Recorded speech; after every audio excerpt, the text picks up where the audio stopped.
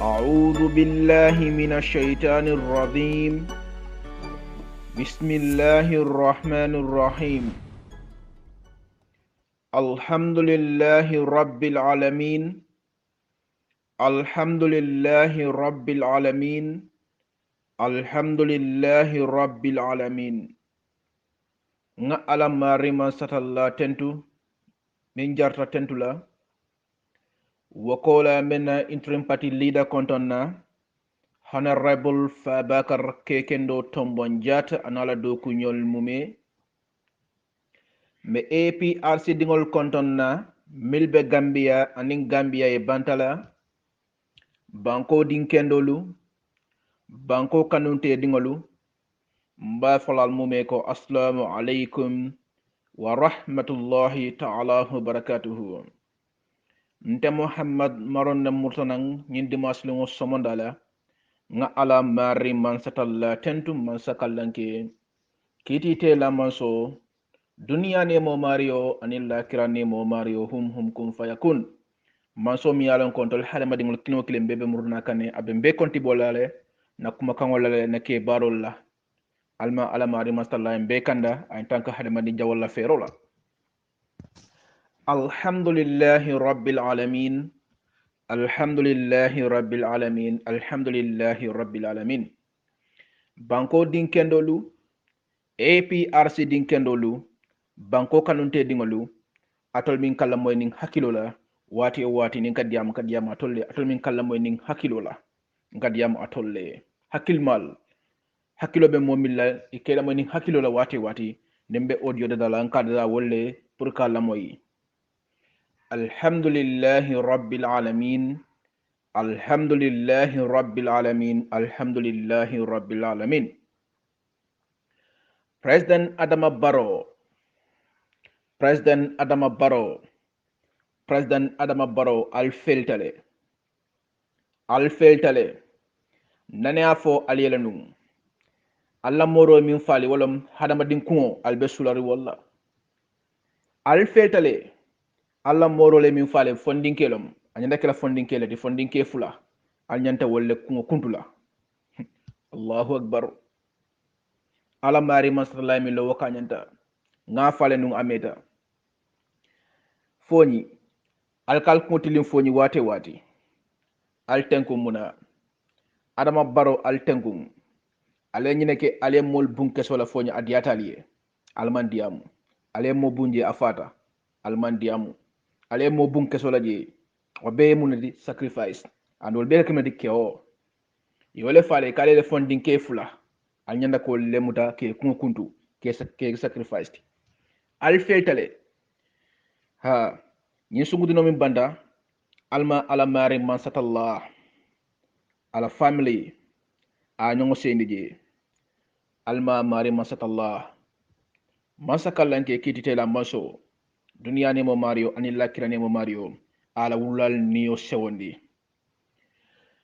President Adama Barrow itanya be sangarla wallahi itanya be sangarla ala la wato sita ala mari man satallah la wato sita ale min keteng al feltale ya fale nyamin amanta o nyama al feltale al banko sendi ala la wato le sita al tanya be sangarla be jawiyala al tanya abe sangarla abe jawiyala wallahi nin Allah subhanahu wa ta'ala sonda o man jam fa bake kunun fan kabite aliyo motaki albida kan nyamin amanke tamaser kendati man sakayo be silo kan lampo mantra malaling moto itani fure fonte mo ajibe Adama Barrow o manke tamaser kendati muna alngala nyina ko mari masatalla wala kan man sayadi man saya buga forcé ala mari man satalla le kan man sayadi buga forcé Adama Barrow kalo be filla wote bayla ite itanya be jawyala abe sangaralla wallahi ni Allah subhanahu wa ta'ala sonda itanya abe jawyala abe sangaralla ngafo ele ko ni alamari man satalla sonda on the 1st of December at Terra State House kono wala kita biti on the 1st Terra State House kono de akola min bije Allahu a'lam alamari masala be londingala arjuma kilin way Terra State House fulanya way taraje adam baro kesol be bon la state house kono iben ni misala wallahi iben ni misala ye banko tanin fanni Allah e bamunu len tonya Allah banko din kendol libe wulle kama ke bayi banko kan nin ko banko din kendol ma fo triye jotna de nin ko banko din kendol ma fo triye jotna de ma fo triye jotna be bon la de banko din kendol miliye banko kanu ya fakaro la banko kan wala be bondi la abe sangar la abe jawiya la nga nyatri na walla ni Allah subhanahu wa ta'ala sonda o man jam fa bake Allah moro ya fale nyamen a feltale ha al feltale muna ala mari masatalla mo bugo nene no mari masatalla mo bugo nene no adam baron lida patra nyobalale ntol ni de parita nyobalale ning ala sonda ite adam baro ibelo lebe to nyafula gambia dingo la te bayla mumeki inin nasaral altala da min afu gambia dingo liye ka fako ha ni te mason president jamete jila gambia banko ka womu nene kumuldi womu kumo sandol kumo dum ibo fo gambia dingo liye president jamme ning Allah subhanahu wa ta'ala sonda manso mi sango da banko da ate mela bake fen ninti je ko take abe lanna gambia banko kan ibadan nan abe jila gambia banko kan o mamme ko take insha Allah rabbi ning Allah subhanahu wa ta'ala sonda adam baro ese pare oto adam baro ese pare state house ibabula le ni kayrol la walla kesobe bon laje walla kesol be bon la state house kono ala la wato le sida president adama baro jinol le control eno jinlo be do ko wala ngafana audio kon lung ametan ko adam baro ani atra bbb adam baro ba mal fata bbb adam baro to lo fure nyin kunto adam baro atelo la fure nyin kunto allahu akbar ni nga nyin dula fa mol jaxal le momin ka mo sacrifice wo ani momin fata anakata wulu balti ata wori la amari ta wori la ite mo fa alla moto e mo fa anu e moto kono borla ibastar molbe wurre noma e man sunu ye dingole fa minkete fon wulu dingo ti abone sacrifice ti ame sunu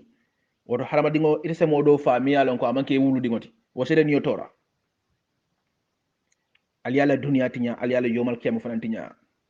ni hadama din kilin faile ni dia kan akade koy dunya be le fa wanan katol Allah la ni masakunda ni setan masakunda al tanya be jawyala abe sangarla wallahi ala mari masatalla min tanninna wato sidale ala subhanahu wa ta'ala ala wato la sita nalke lamwena audio la nun ametan ko ning president jammela na wato sita mol min kalo radi bungote ka kuma kala tangol fo ka tumi kuma jawalla na matre mali halakita amatara ifata ibe dingo kono banko ibole bulalaye ma imari be banko le bulalaye ala mari man satala ka courant la mo kan ngadola audio moy ako nyimmanke politique kuti ala nga duwa ha mbadi mba fole ko Sadio Baro ay talo ay tubo sey babil masama a fo mole ko nga ko min fo president jamema nga tumile nga kan wala kan yajibe fo ala mari masatala de courant bola kan mada namo ke abetar halako le kono nga mol min beto kumandi Sadio Baro nga to kumandi le audio nyin kono nga to kumandi le nko na odi follow nga min bondi nga audio min follow bondi yana be dia mostadla ala audio nyin pre aliya la moyi Sadio Baro tobo mol kono le nga min kumandi nim president jame matari halakita banko kan a tre imantra kabu dingo kono banko ibole bulalay ngi belto kumandi le itol alo audio la moyi gambia di ko ala marri man satallah ay mbedale mankilin ay do so londolale ay do so nafulula ay do so hidmala akoni ngi so nafulule fanji ni ngi so hidmala ifango ji walatina ne molbe findile be mol tumila amake ko siralen ke jabi hani ala marri man satallah mi e molda ya tumile ala ko aman basoto aman fasoto aman din soto nasaral ko aniyal hudoli ko ala mari man satallahi dingo sotole ala man kam fay kama rasulu sallallahu alayhi wa sallam ay fatani milla molko hani ita blola wonoma mona fonto le fisiata wolti bang ala mari man satalla ya nenne al yahudol ya nenne nasaral ya nenne aman kam fay kama aman banko halaki ala ko ngam fonyo keni kela futu wala mol bakan ala fele a bala fata moli aman banko kupi mol kan amamul halaki ala ko ngam fonyo kanyo kajafi mol bakan mona fonto le fisiata alati bang ala lentol beda wala ni mo finda anay audio bon ayntol balning wala ku jawol kentol la nanata mari jabila ala mari masala milon akanyanta momoy fen fontol ma mi yalan ko amanke tonya ko moti wala kan wala mol kan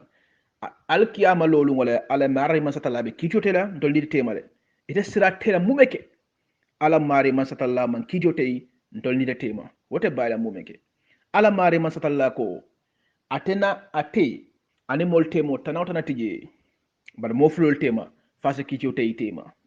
woto gambe dingol al ngam fonyo moma min fo alka fo ko awlo fo gambe din kendolu ndiyamuta ngafole nko ni ayatara ibe molle kono miliyalon ko ikalo ka kuma jawfo babel masama ka tumi ku jawolla alfindi ale tubo seyndi ni wonte naka murunan gambia banko kan abatara dol atol dol halakita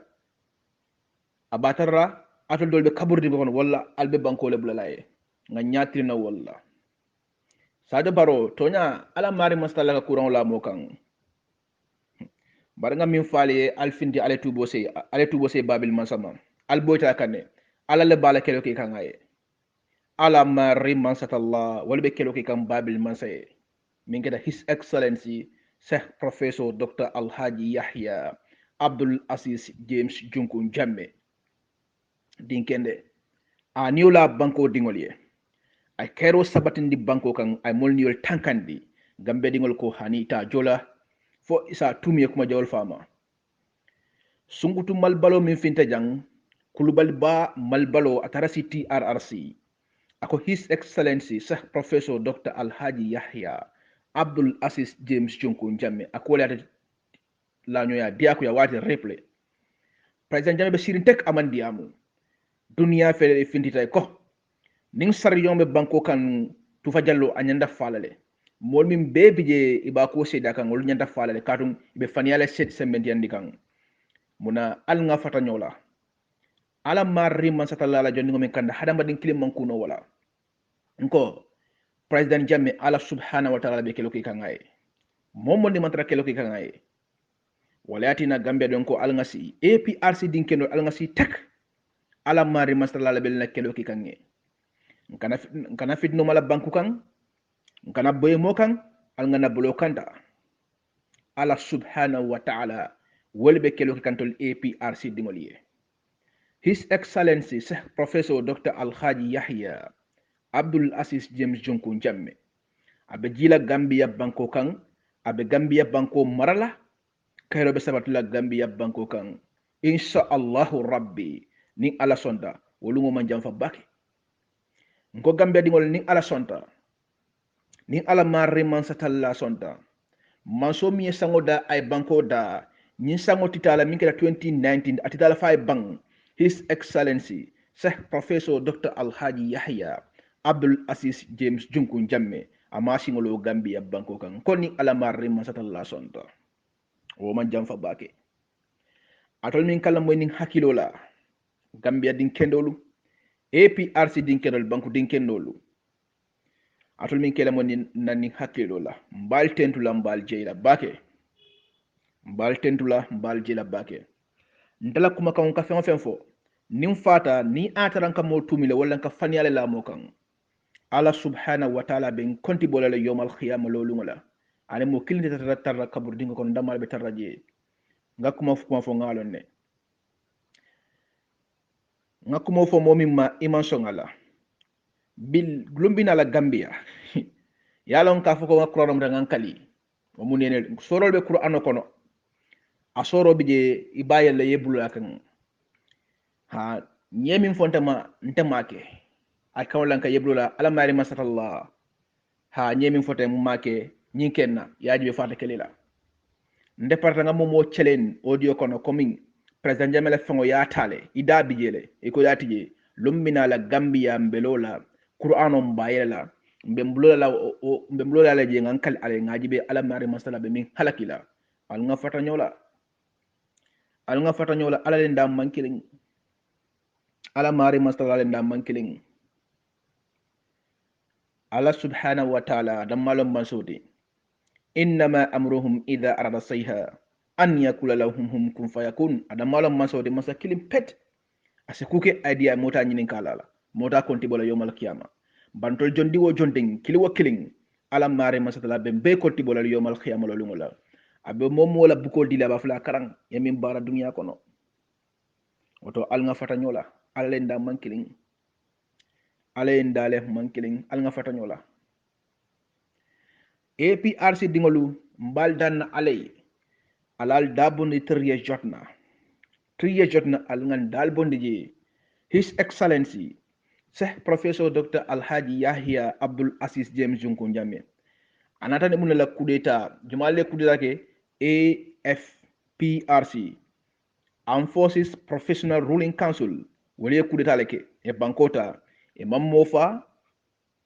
e man banko tinya e bankota kayro kono isida kayro kono APRC natani munela carte kesole APRC sindi APRC man demonstration ke man kele ke man fenke nga bankota ning election ning toñalla nga bankota wala sanji mo anin fula nga banko rule nga banko doku nga toña sabati ni banko kam woto alkana foko ñi masakunda ñi setan masakunda mi bije yebe tajir yalla yebe ku jawol ke kam banko kam woto be finla nga demonstration ke hani andol nganda be bondi je nga si tek ala mi entol be da aben kelo kelambe aben kelo kelangele to nyaabe sabat la gambia banko kan insha Allah rabbi wali ngo man jam fa bake ni Allah subhanahu wa ta'ala sonta mbadim fonyin kolu watin ka fala ali sabari nyim masakunda ni be tajida kele ka tilin fonyi banko le kan fonyi mba fulale ko alngam munyangan sabar ala mare masatalla ko inna allaha ma shabirin tan sabar ralom oto mba fulale ko alngan sabari alnga alamuta alabe kelo kelengele ha nyil man sakunda ila fa fitno malala ni ngel tawta yi fitno mala banko kam billahi wallahi an mo killing ate kanale kono wo sojarol min belorin foñi banko kam min gela senegal sojarol di ni senegal lel tawta yi keso mala gambia banko kam ko senegal be tumila senegal be dunna fitna jaw kono Casamance be fongo sotola nin senegal lel tawta yi keso fay foñi kono wallahi albamu la senegal malata Casamance ye fan soto ala mari masala na mantara sino la ala mari masatalla na man sino la ta'khudhu sinnati wala nahmun lahu ala man sino mumeke oto APRC dingolu banku dinkendolu 3 years jotna alngan dal bondi je momo yalan ko imu banko dinkendolu di ye gambia banko kanule ye da bondi 3 years jotna kono ye da bondi 3 years jotna ye da bondi akono kayro mi banko ka we continue nyen 3 years jotna alla 3 years jotna alse finti no problem nyim masakundale ko demonstration no problem ha ala mari masatalla ya fa qur'an ko nako ani ayatara mansa kewle lota ako demonstration ka balamba tan nin masaya da alkanake amanke muslima daji kadi kafiriya daji kolom ndema fode ala mari masatalla kuma kangolong lon nawlon nabe nyin dunya kono nyin dunya murumuru ngo be kono ale nyinen ka ale munefo mansa ke min fon kalwa ko alfinti ale demonstration oke amanda pour aliyake alkanake ani masala da akawlake alkanake amanke muslima daji kadi kafiriya daji kolom ndama fode ala mari masatalla la yafu odo gambia dinkendol nyin 3 years jotna alnganda bondije na interim party leader honorable Fabakar Kekendo Tombon Jata anala doku nyol mume iko ndol APRC ndatije woto alnganda be bondije Fabakar Tombon Jarnal executive te lola ye kuma kango fo mi alon ko amabona president Jammeh bulu ite nidia kuma fula moliye woto alnga bule noma president Jammeh le tambindi atale pati karfema woto alnga bule noma Gambia dingol alnga bule noma insha Allahu rabbi ning ala sonta manso mi sango da ay banko da naf Supreme Party Leader of APRC, His Excellency Sheikh Professor Dr. Alhaji Yahya Abdul Aziz James Junkun Jammeh abe muranan Gambia banko kan abe banko tala kare kono abe banko marla kotake 3 years jotna i feltale wallahi i feltale 3 years jotna i feltale adam baro banko bulale adiyatay akuyatay adam baro banko aba senlale alla man sabaya koto adam baro banko aba senlale Ousseynou Dabo banko aba bulalale Ousseynou Dabo banko bulala masane kinte parla fitno min na banko kan naya malata watila nim masane tawta ay fitno mala banko kan alini tri jotna mil beba koma pour ka adam baro attaque momo tawta yake ate watila adam baro ndama support anu fanata support la atanya be sangar la be jawyala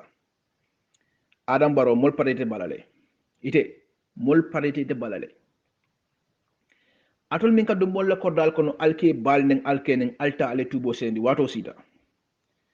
alta ale tubo sendi atol min kaddu mol la kodal kono alke bal nen aldum alta kodal kono ale tubo sendi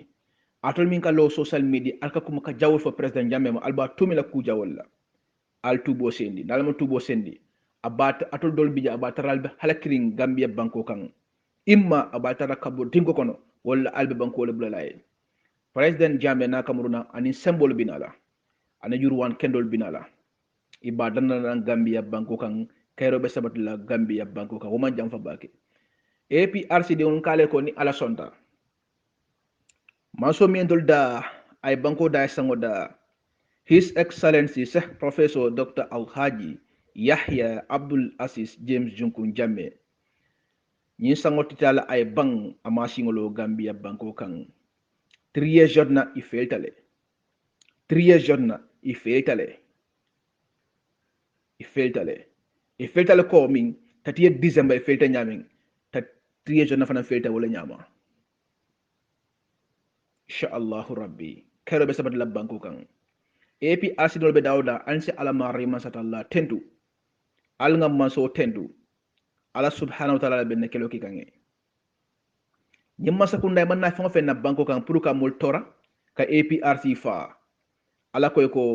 APRC ngela duwal le muté APRC dingol ngela duwal le muta mbe tankalale komi nga Muhammadu sallallahu alaihi wasallam tanka kafirul manyamen ngale ko president Jammeh be dunna Gambia banko kan komi rasulu sallallahu alaihi wasallam adunta maka nyamen president Jammeh be dunna Gambia banko kan wala nyama insha Allahu rabbi wolu ma jam fa bake insha Allah temela president Jammeh la plain president Jammeh ala fat be lanna Gambia banko kan His Excellency Sheikh Professor Dr. Alhaji Yahya Abdul Aziz James Junkun Jammeh ala flight be lanna Gambia banko kan insha Allahu rabbi Allah man sabakor Gambia dingol albesona president Jammeh male banko dinkurungol banko albabulala banko be tenten kanede tentendro be ke kanede banko dinjawal be banko bulala banko dinkurungol be banko ibabulale bitala wallahi be banko bulale bitala kayro be sabat la Gambia banko kan Gambia diwo Gambia ding iba enjoy la banko kan momo manke Gambia dinti inata pour tiñaro la banko kan wala fitni la fe ko la Gambia banko kan wallahi billahi banko ibabulale bitala wato ñina sita APRC tendendrobe kerne de APRC din kendol mbelon na la jumalum APRC din kendol di animal nata APRC interest la albeje kanede be findi kanede killing tendendro man bande tendendrobe ke kanede tendendro abeke kande tendendrobe ke kanani sande go mollo tale ko tunu na mantara APRC wassalam ala tanni molla mol bije ko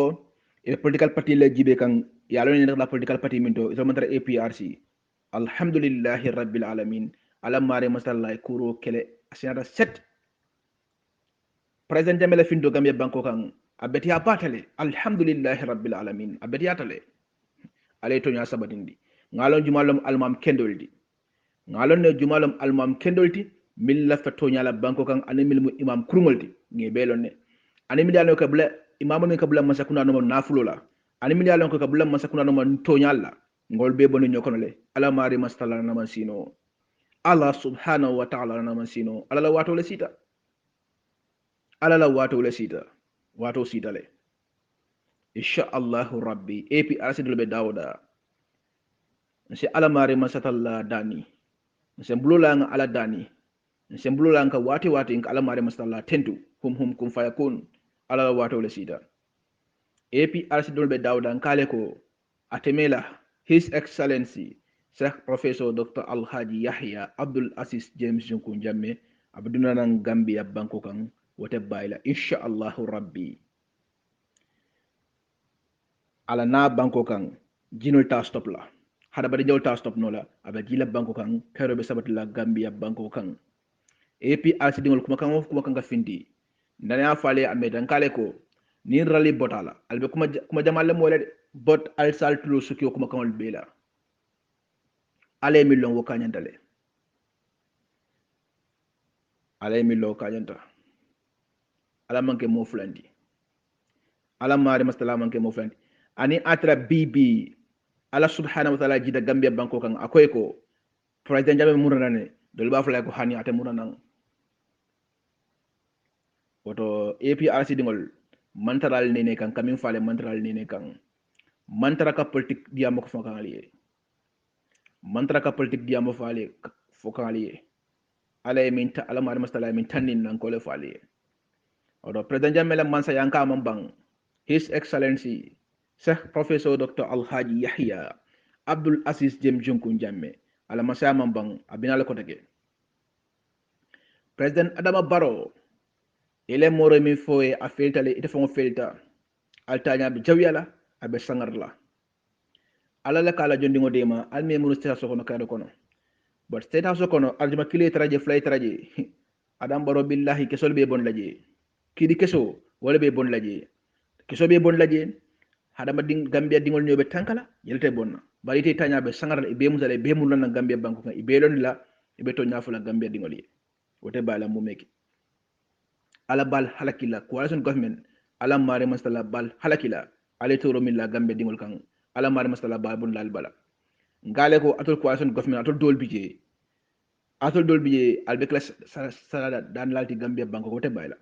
albe class salada dan laleti odo al nga toñi ndiro bula coalition government ala bal buruk ala banko kan ala la wato le sita ala subhanahu wa ta'ala wato le sita hey ala vo Sadio Barrow ko atadi interim party leader of APRC aya fay ko natale pour ka fo babil masé hakotunge ay yam fam manka kuma kawal min fama ay monosta FMIC afa mole ko ngakuma kawal be fo president Jammeh ma nka tumi nka kangola kanne faaje fo ala mari mastala la kuron bon la kan nga faali la atul min be to kumande atul min ka president Jammeh tumi kuma jawol la na matral be kaburtin ko kono abatar la halaki daga bago kan walla le banko blaye ala la wato la sita Gambia din kendolu APRC din kendol banku din kendol atul min kala moy ning hakilola atul min kala moy ning jusola mbal tentulam bal jilam ba fulal mum ko assalamu alaikum wa rahmatullahi ta'ala wa barakatuhu alma ala mari masalai khairo sabatina banko kan alhamdulillahi rabbil alamin أعوذ بالله من الشيطان الرجيم mbadi Gambiankolu mbal konton na Gambiankolu mo kendol APRC kol mbal konton na momo to man la konton mala Allahu akbar ay babili mansa men kake alaye men kala dokol beke alaye amake moya yake alaye ni mol meso meto ito foka fo babil mansala yake ay obeni ala tema alhamdulillah rabbil alamin mbadi person ko la secret de mbadi Gambian ko la secret ni namal ko woni man sine bake hey aramadi ngolu kana korondo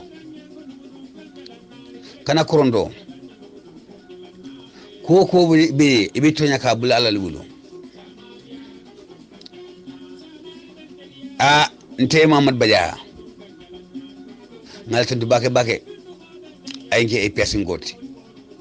wallahi billahi ngalta du bake aynge islamoti aynge mu'minoti aynge e person goti mo isi fango fono ka fo muslamolti ha alhamdulillah rabbil alamin mi ala tendula bake aynge e person gol fanante nakuma nyum kutula bala APRC iman kelelong iman fidna long yemelno olem Gambia doko Gambia ayta nyato madi APRC kol madi Gambian kol mo kendolu bibi metembo mento president namla doko president nammi doko ni ala ya kayfo dindi ka Gambia president namla doko bebo Gambia kono wallahi billahi mbani ngol fenfete tula Gambia fenfete tula Gambia mbani ngol alsakani de hey babli mansa kenyi babli mansa ala mendi Gambian kolla amadi fitna la fitna kan amadi fania kan ayadi tonyale kan wala mi president meti anata Gambia aya bele fasa aya bele bunya ay momo la nyanto de ala bara amala fi démocratie akasla mi atinyale madungolu ala akrini de démocratie akasla mi atinyale démocratie ni kono fatala femene ba kele wakala madingolu lamen ko pasa masi pesa ndamela silo alhamdulillah rabbil alamin babili mansala silo nimmel la fita derame amande babili mansala o silo doko hey kafu ale babili mansa kanu mom ma kanu ta kanu la même malafa bukala fi même malafa kanu la ata kanu la bari mo ni hani mo kanu nyonya kana totinya kana faniya faye faniya mere kafo ibe islamun na isla Allah kulli nafsi jahatul mudabinale adu ibe femve na dunia kono mbere koto la dunia kono babli mansa ale atotinya ale fefe fofo ya jamele al sakrine mbari ngolu lamen ko pasamas nim manina 83 km ngamdo wala 83 km lamen ko pasamas mbari ngol ale al tulo yele meme fola ale de 83 km ni manina bari 80 something km fembe 80 kanyinga 3 kilometers femba kan mbadi ngol al sakrine babili mansala dala alama bor ma femfel no de wallahi billahi tallahi nkaltala ni kilaye komi ngalo ne be fala nyamena ala be kontimbol la ngako ko min fala teng alama bor te kala komi nkalta nyamena ta kala ka fatale ni slogo dala ama femfel no ni slogo 72 million USA dollar 72 million USA dollar babili mansa atala bondi kalo sule dada madungolu alhamdulillah rabbil alamin adama baro itara minitino do barakunda ay traje iko nyadi o mitino dula yemum foje because mantala kafo adama baro fele abena ngata la mitino do manta jede ntatale ndoma la kolen sambaje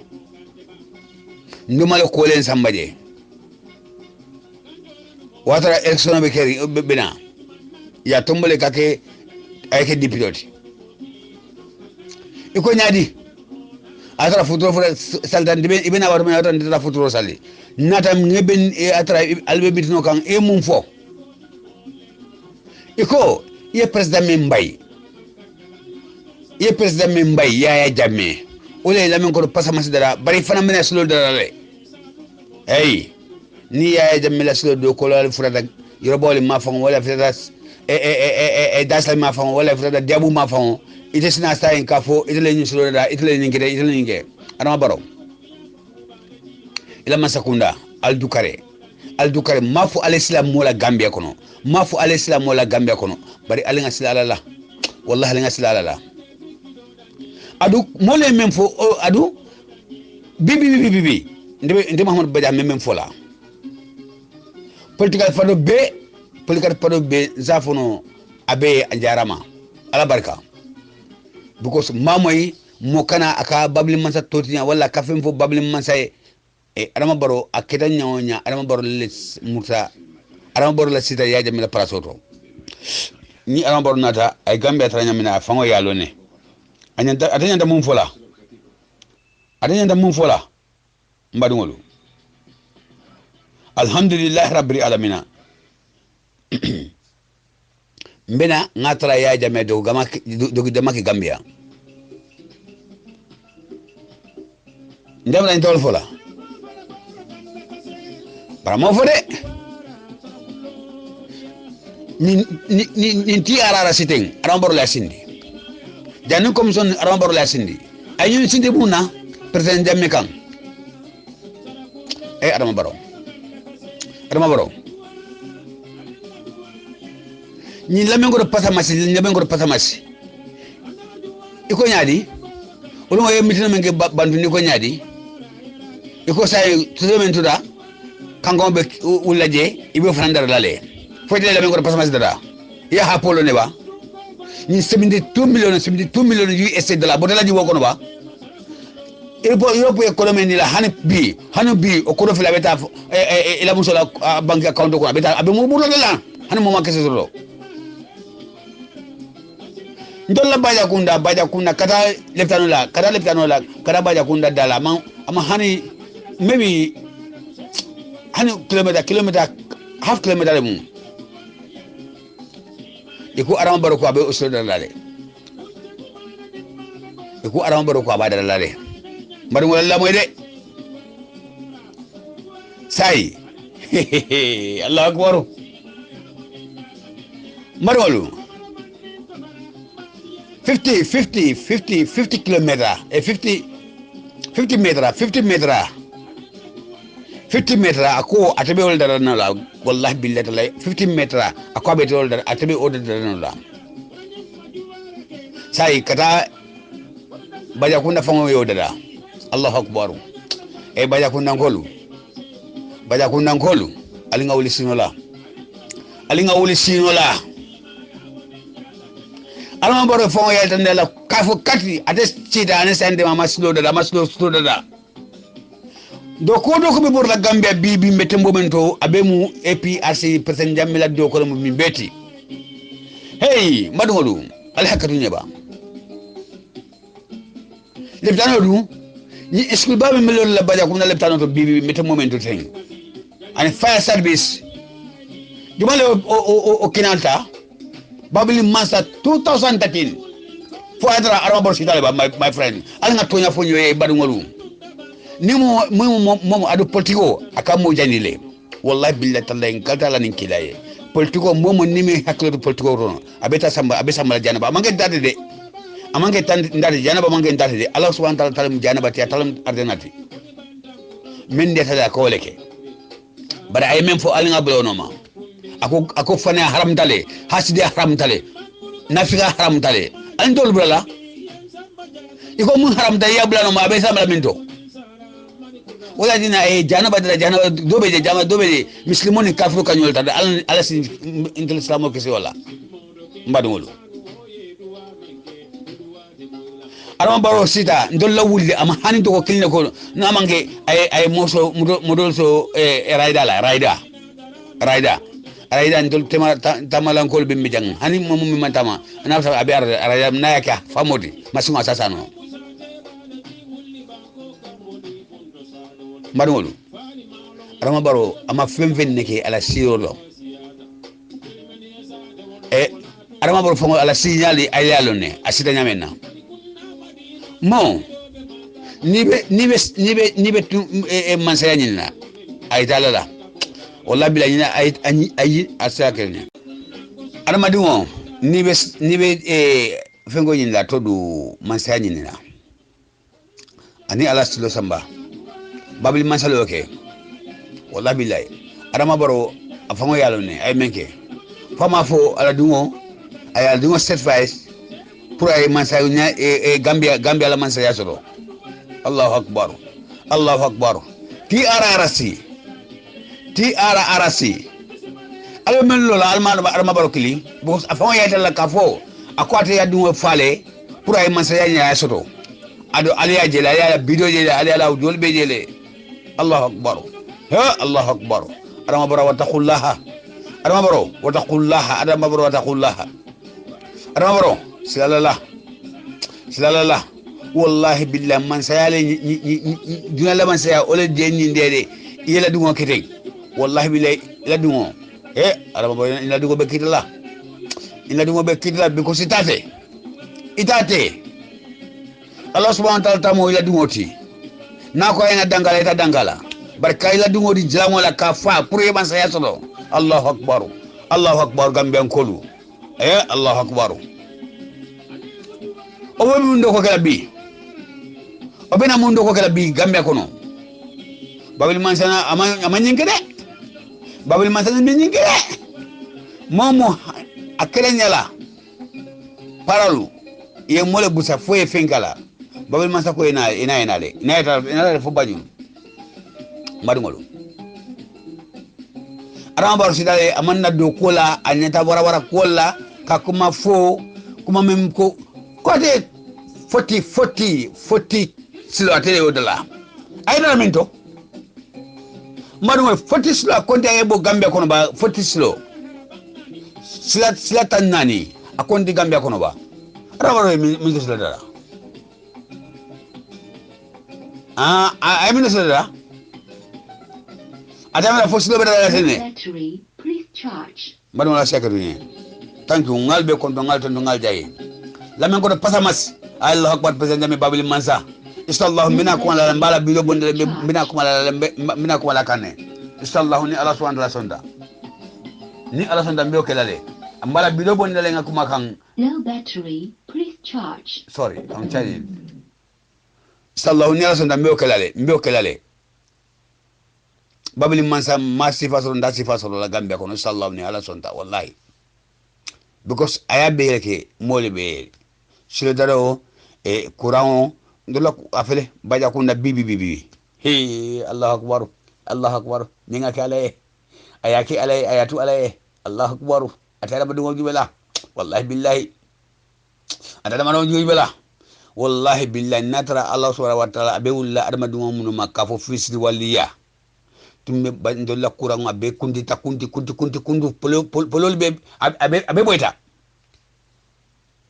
ngo mbele fo ko wadu men na ko so ko babula yaje me le talon men dun dana fin ya pendro babula ngo imanya ndokela ye stay house ye jama onyi mette yanta ya bula babli man do kolle no Gambia kono ka bette kata ya poto ka bette kata mul mu kay jamo mi la ya te ya jube alinga nyubula my friend alinga tonya fo nyoye tonya mo la taleti ni malo jamuta isi baraje soto yaje ni me kliko ko kanadu ndiye ni be dadu ndiye tonya fo ini ala tibe bare fana mere setani lata wallahi billahi ibota la ilo tala nyato wallahi man mamma fula fo babli man sakka astaghfirullah billahi atulum ndiba fo atulum sifal auju billahi minas shaitan altulu momo lo tay ko babli man sam kafir de te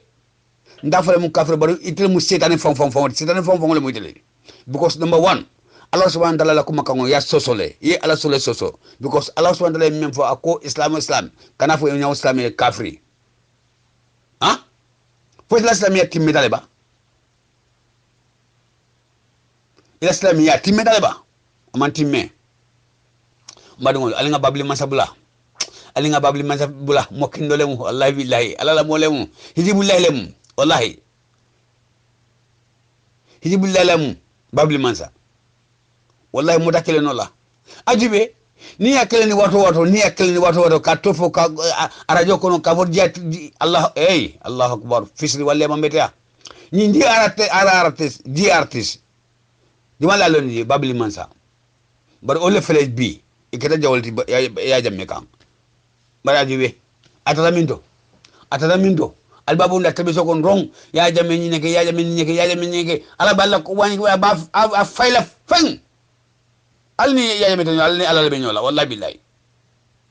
alla ko manya be kala fenedi mo gambian ko la ke jarami ya jamme ko lale ka fu ale ya jamme tinya gambian ko liye aketul jarami dile ka ya jamme kanu ala jibe don nyote al sila damuda ala kafu ala totinya ala kafu gamben ko ane alla le benyola wallahi billahi ala be kafu la yena ye jamme ila parto ina ya kanu assalamu alaikum allah akbar kilomètre wallahi billahi an kata dan kilay wallahi billahi ma hano sisi 50 metra am ho fan fusi akwa be min dalla 50 metra atala ko mo ndakam ala fala bula hey madu wolo ma manke fo min be fon fola de ama wallahi billahi manke wote de baya kunda ndo munyi le adama boro bulu bi ndo munyi ni adama boro bulu bi mbe munyi na bulu alma tuna fo nyoy my friend kurangole mu ya jamila nati kabri basi fo baja kunda ya jamila tulo kuranga benale kabri 8 o'clock somanda fo 2 o'clock in the night sai kurang be nyadi ha mbaru alinga tonya fo nyoye alinga tonya fo tonya ole bele banna ya jamila takto ndola sarwa musobe ya takto ila sefu bango ay takto men sama nda apo fola ha ni sladwe la mengo pasa mas 83 kilometers ni manyina 83 kilometers arama baro atele dada abe ko robul laminto fola tabala sila dogo mo yetiba wala tina ko atabu ko ala ni silo do man wa abukada dano ala ngamo da hani my friend ni mo ina grupo ko ite tonya fola idamuta bare kana mere albe al bon ko dal fana da mere la ñoko dal bu kasida alala mo islam mo lay kasida alala da man la wallahi billahi adu malaka le no may ibe ko men safele be fana safela fola do ba safela aldamna politiko da malemu politiko ni na e fana itu fana do wallahi billahi no be ta fola gara ibe ni ngalale ni lunkati iba fola ni politiko ibe yaja minande kote ibe fana fola fo be ni la ibe ni ngalale wallahi billahi mbari wala ngena haklotu alingen na haklotu alinga president mi bula babli mansa bula wallahi billahi alinga bula ala kelo mo kanet la kelo la ni tata kelo ina tinu ni ala be nyola ala be busalaf fo ibala be jandi mo ni mo sikile no bari mo ni ala tekele no la assalamu alaikum wullinkolu alinga wuli wullinkolu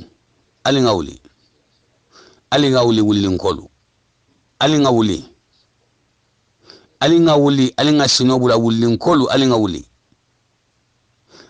de fo siloman se gambe ba wallahi billahi tallahi ngalta ala nin kila afo ala fo adama bara kali ko min ngalta nyamena adama borma fefen na ni slodo wala min ko pasama sama fefen na do nako abi banna nyala nto asosola ola abi banna nyala mo da asosola ola bare ngala kore bondi no o manke tonyati wallahi billahi tallahi ngalta ala nin kila ala fo adama bara kali ala fo ay khona mura kali ka fa tele ni wuli pasama la min ko pasama dada ala fo ay kali ade kali nola ade kalinola doko bi baja ko nalta ko bibi abe mu president melet ala warma fefenelo je ala di baba 2013 atala ni kana beta ya jame fon nakana be je ma fongola nakana ni ngari sila abe je ma fongola be sila kardola wallahi ya jame doko men damuta je manu alinga tonya robula ali nga tonya robula ha momo ni mala fi mola fo mala fala bar lungolu ite bari ala kayrani ne kan ite seba fo ala ya falaki ada ba falaki ba ada falaki la wallahi billahi ngal dara nin kilay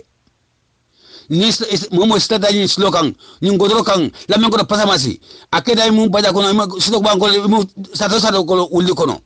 wallahi billahi ala barajo ya jamme ba abe takanne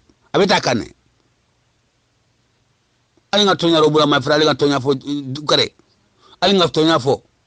wala fisata ala lafto wala bare fania de mandron ka fo mala fi ya jamme le fania fo ka fo mani fo bi ay fisri wali abula my friend o manke samola jukoti o mu kafi jukole fisri ya bametea assalamu alaikum sai no be siri sila dala na papi do bije do tay mon naka UDP support no sai anata alotan dala ko barinkela diam kan mo renga mo le ko ka diam mu be da gambe kono adi ka safiro ka Facebook ako nyeko bari intel be confused rinjan because intel yaajere ko president baro mun la president adun tel le asindi bari mol kaduna la kuma meson fola ba fola ko president baro mol jamfa you understand ngay ko Mr. Cham ako nyenam ngay ko president baro e jamfa ay ite jamfa nyaadi ako nyeko kay APR sin kolle katanda fanna ngay APR sin kola ko ha ngay APR sin ko joma ako nyen mama sabal ngani joma ako nye sore ako nye ko Sidi Njai ako nye Sidi Njai ngani joma ako nye ko hani yole ko Sidi Njai ngai ko Sidi Njai ha ngai ko kuma sandole foi because the issue is ngai dalilo mum bijero jamfanyin itelle jamfanyin ke walakin na ka jamfa dende kudo ngai nim president baro yete jamfa ay Sidi Njai karanda fan ba itel UDP mede jamfa ba UDP mo jole karandi fan ka APRC ngai kunun ko lon jam mama sabal mo biaje ko mu ya lon ko ala kuru ya lankini mara banko be ka mu fin dal banko kan komanda ko UDP mun tribal patriot ite kanyira banko kan ngo UDP o karani fanale ya kuman suku singare nyol ngamol fay te banu ko nyako ite to nyafo ni mol ba mol filini kan kuma kunta on le jang akate fon barola betu ndiro keka ako mona ta yalo kay ko kanta jir ako kay ko kanta jir ako nyeko be siri manono ngamol jebe fintila ala kontano yakin nan defana manto siri no ako en defana talje kada ka bentu bari ala kano be bala gay ko ala kano mum be bala kana so mo furo ne na yo kano boddi bala ku kunta on kan so yenene le kite ke balti ite meda politique ko kono ande yalo ne ko bumbe nafa ane monte nafa babi ni soda kumo asoda kumo yala kumo siki ko siki nyandi nin to nyaabe ko mun kono ni lafta kam mo sonde akana hakili fulan soro to nya fo dro bar ne kumo fo mun ya lon ko amanga to nya ni mo ya moy ade fon kaje ko nyinde to nya daga hakili fulan soro so nafate wol dolla ali nga to nya fo moliye ali nga son ali kana mol hakilol tinya ali kana mol suku ku ka mun ya lon ko nafati yo assalamu alaikum wa rahmatullah bere gambe Alten no to be candid tonya e kada min for that is the point last time te fam bole fo kan karay yalo itel malom mumbe kering itel malom ko billahi wallahi ndesin kalino nyinna ko UDP la nyin dipitol jama soto adam barola influence lon de bari imal lafi ka wotoje itel yamira ko UDP la barako le nyin sindi because UDP la barako sanyi jollo ka député lon do ka kijando UDP ka siran jolle so palmino kon adam baro ajibe kabrin wato min nak election o kana adam baro mun strategy lege atata tola atata rawno people support o yakinandi ko ay influence do modo lora UDP ticket holay man ka e kanyeta woldol man ka UDP dinu bar moli ajere ko because I mean they are all behind President Barrow for labang IEC la fa kasla ko lay ko iko nimumbe parliamentary election o kay campaign o kala mo kana coalition na fla ko use at some point tundo dol bijoto ni kada coalition parliamentary campaign na thing dol biye ka coalition na fion le fond ka fla ko le fond use so dol be influence ni boda coalition ne bulu mo jama bijoto kanyeta bari e mum fote ni sayante la mo risanta iko ba election e commandé da wallahi tallahi kala han sira woro wala ta soto han sira woro wala ta soto ita soto ñil malon Gambia say mol hakkilo be Adam Barrow le kam debe boron kono janne fere be boron kono janne sayante fere be bansande kono tay bari ndi alon ne ko Adam Barrow la kanobe mol bala janyami itara korda kono itara kacha dal to mol be Adam la ko kacha dron mol bala kata ko kacha dron muna kinalo ya da bota bala mol ba fla dron mol be lo da ba jawya fo dron because amay ay kuule ga amanyana mungela ni ñil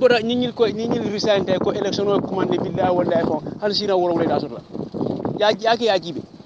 no kamara ñin defon ba audio la moy kam back mbela moy kam back ay kuma kende balle fo ada kuma le fo mulni sababu benda ay kuma le fo mulni an ko tonya ko mollo alaikum salam wa rahmatullahi wa barakatuh vango bidan jada o ya kortante UDP le wolon kata min tani debeti kabiri ke UDP kabiri lota ye député men soto ñine o soto ban ima soto adu ni dati mala wala adu ite sonna afon la ko le afon la ko nde sonna ite sonna ya fa ye député le ite la député le ya sa indi ta election ya jubi ni si boy nya si fake ko fo ñame mol tour dali ndel ben kala man ñama man touri bari ay de kline be bulu ndere ñi boji e keje mbe bola jede ndere ke fenti mbe bola jede hada manu ala rek mo ke dula kono asabo ka bo mo le bara ala ke keje ala si bon noje ite mo difference long ha ndele nga keje mba bon la jede ba ya fa le ya kra ñe ko te ko mata 3 is comme o mo furu o rebel kunta won o banko jinja wol broda kaga na diga munu kada ka party nun support kana ka agenda nun support kana ka president support kana promote kada lawyer da bo toko ngara ka ulande campaign ni Adama Baroda kama lawyer da bo bonondi kama diga murunya konara why karona kewara sada mare men ngiri junubu nguti junubu ngutu tan duya amanke naha anga kubenu sukono lawyer da bo dangani lawyer da bo ban heti UDP we are all UDP. So ange ngananyi ange na lawyer da bo tokongo no ange na lawyer da bo tokongo ala simanama Kenya na nyana soronga balla UDP aba even lawyer da bo gana karasa o ko watuna ndi ser sugadi Allah way kala lenki kumbana Allah way kala harange nyi mebega tauna nga suba mpono Allah way kala anga na duguta suba mpono so why one man kanyi na tokongo no kanyi na tokongo no ha so okuga na diga munotina government of the Gambia kebe gana kana ngekeni Adama Barrow ay ma toko nan koniano but agara hibenu dabaro ona basing with a reason lawyer dabo reason sunda kama kaga blame nuti hoy ka hatai popularity ke Allah nda kinai when people are following lawyer dabo it's not lawyer dabo who forced them on him so party militant party supporters love him we love him but kawlante diga munu lawyer dabo ngani burudunga kunyane kata lawyer dabo ina soko 15 years ina hoindi maybe anga kebe supporting anga mamundi ange nganne ke xenne ke nyakama yeah it can happen naken kono ndangan if they jail lawyer about 15 years there will be no law in the Gambia again ke hagara ke kono nda mark my word npai ken kono ndangan lawyer dabo is not that lawyer dabo is a lawyer begara 11 lawyer of the Gambian government defeat na Gambia ro mum frindi mana sima ken lawyer chahni nyai kadaga lawyer no mundu karante lawyer ntakamaka lawyer sunta baron timu maka ado pati kutunchu maka hibe galai lawyer dabo UDP lawyer nun challenge ni we have the best lawyers so onda daga kotunga kembire nga kawatunu all the biggest lawyers in Gambia they are all supporting UDP gelanganta kentu naken konanda har kubenu gami toko nunko they are all supporting UDP I'm telling you this naken konanda de yo to be candid karongiri soron chanko karongiri soni ngallo mun chanko no ngiri soni ngallo mun konindini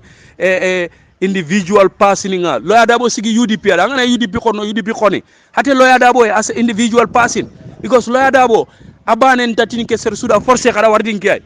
a forcer nda sere kama akomo hetoy aranto forcer ne why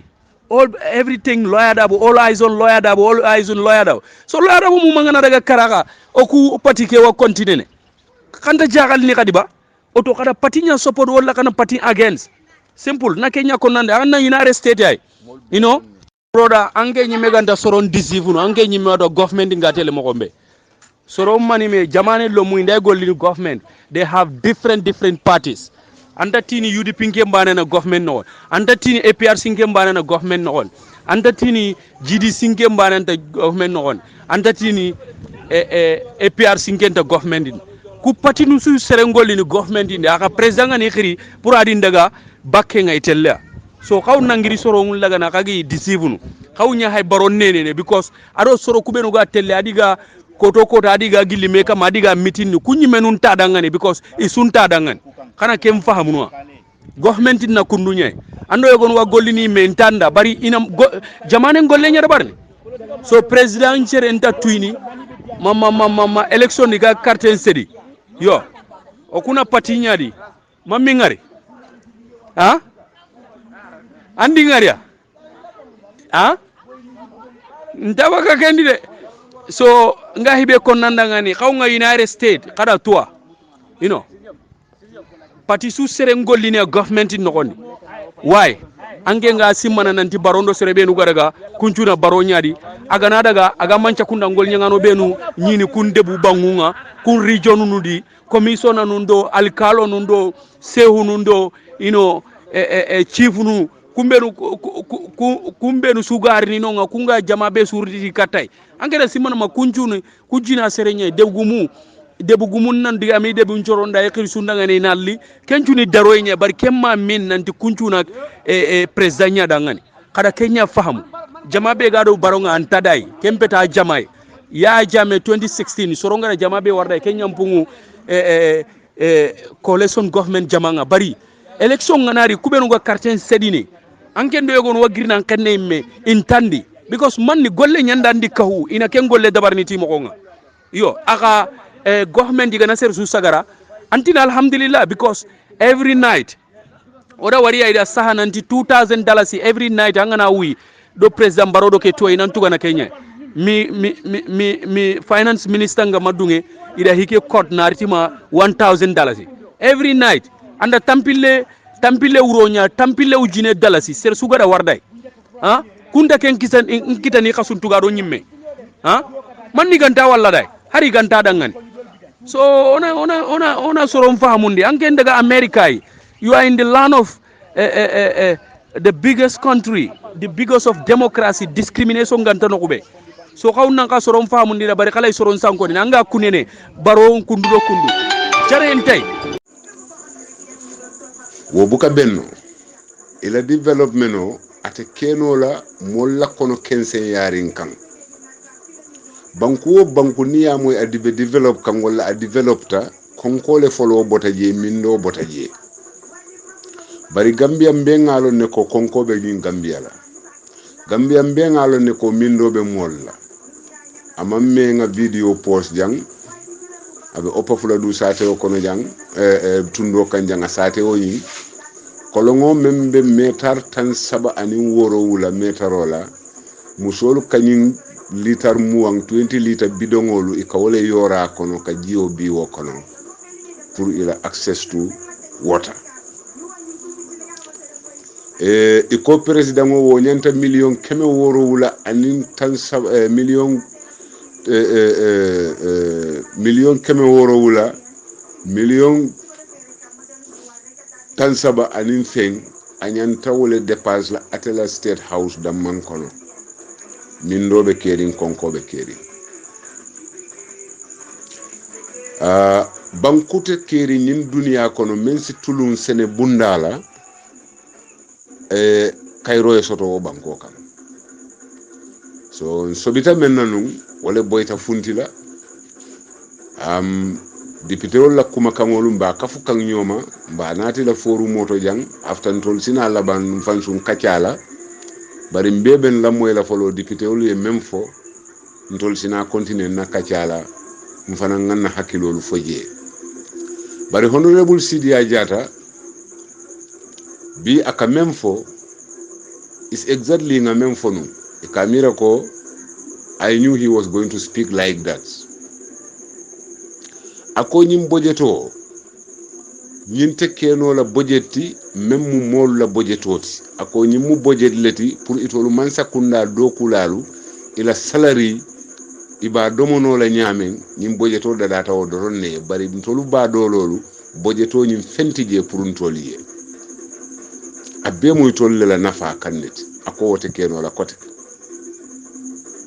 akon dum itolte de la kote ke ñim kusi fay ke ñim bankun kan ibe kumalale andum ibe sila ñim budgeto kunna ko do ñanta dunna damen ay banko molu nafa iba jela ko do dunta wol butun kumo fo boytanala whilst the president is on tour anin fleet of cars anin mo jurmo suta o suta ibe jokal night allowance sola ibe isan so 8 wadla motorcycle keme fula dula dolto motorcycle tankonon to dula dolto ibe fuelo durma kan yimbe kono iko fondin kewolu yeta ka president o bendum aya yitandi ko molu babulu bari ñim budgetoto femmam foje membe o fondin kewol la ñaatota topatola ñim budgeto kono femmam foje membe do ku bunda wulula fondin kewol ye ñim budgeto kono fentije meye musolla ñaatota fo min be fota je wolum itolbe kandayano la ñame ñim banko kan tum gambia tuta molle bulu iko ni be siri mo ko kan ibe siri men ko kan ni wo ko atemam bata men be siri ko kan malo be muna fala butum beten ñim bankun kan nin tol sonta ka ke do e jongti ye sin ko kan ndol be bulo kosila men donna me wurila ba fola